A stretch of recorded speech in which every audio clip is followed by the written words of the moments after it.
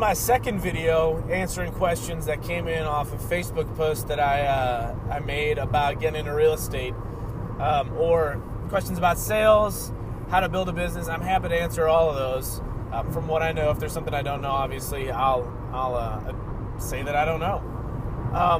Jason Erder and Chris Carter asked about getting into real estate from like a more salaried role.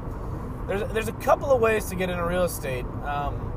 One is to come in solo. Doing that, it does take a tremendous amount of work.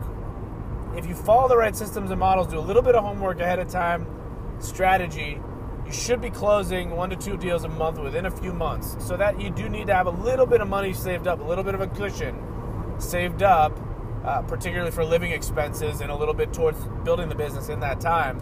Yet there's definitely strategies to get the business up and running quickly. So there's that. That's the solo model. Then there's the other model of coming in on a team. And a lot of people come in on teams, and every team offers different opportunities. They're all structured a little bit differently. I know of teams that have salaried roles for sales. Obviously, with the salary, if the team's going to take a fixed cost risk on somebody, then the upside is going to be a little bit less. However, it's a good way to get someone started in the business, get them learning some of the basics. And honestly, some of the roles can be really good. Like our inside salespeople can make up to $70,000, $80,000 a year simply setting appointments on the phone, and it's a salaried role with bonuses. Then there's also on the teams, there's buyer's agents and there's listing specialists, and everyone structures things a little bit differently.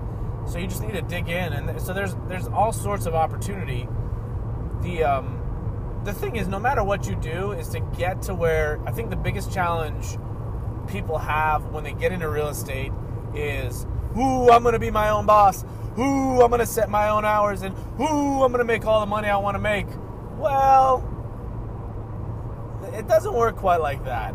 The people that do well in real estate, they do well because they work and they're committed to a schedule. And if you're not going to show up at work, if you think you're going to be your own boss and just take it easy on yourself, and one of your buddies says, hey, let's go out, let's go to the beach today, that's just not going to work. You've got to have that commitment level and work it like it's a job, like you're your own boss. Like if you're your boss, would you fire you or would you keep you around? So that's kind of the way you got to think about it. Too many people get into it thinking, oh, I can set my own schedule. No. The other thing is set my own schedule, be my own boss, make tons of money. That's kind of like the triple threat lie of real estate. So this absurdly high percentage of people fail out of real estate in the first year. So you got to know that the first year is going to be your toughest. Just like the first time you went running was your toughest, and the first 10 times you went running was much tougher than the last 20 times you went running. Or, apply it to whatever you're good at. When you first started at it, you stunk at it. And then you got better over time. So the clear thing you got to remember is you got to be willing to be bad in order to get good, and get yourself some good coaching and some good mentorship. Training is huge. If you have more questions, give me a call, 864-312-6424. Love to talk to you, help you out in this. It's an awesome career, and there's a lot of opportunity. All right, I'm your Huckleberry.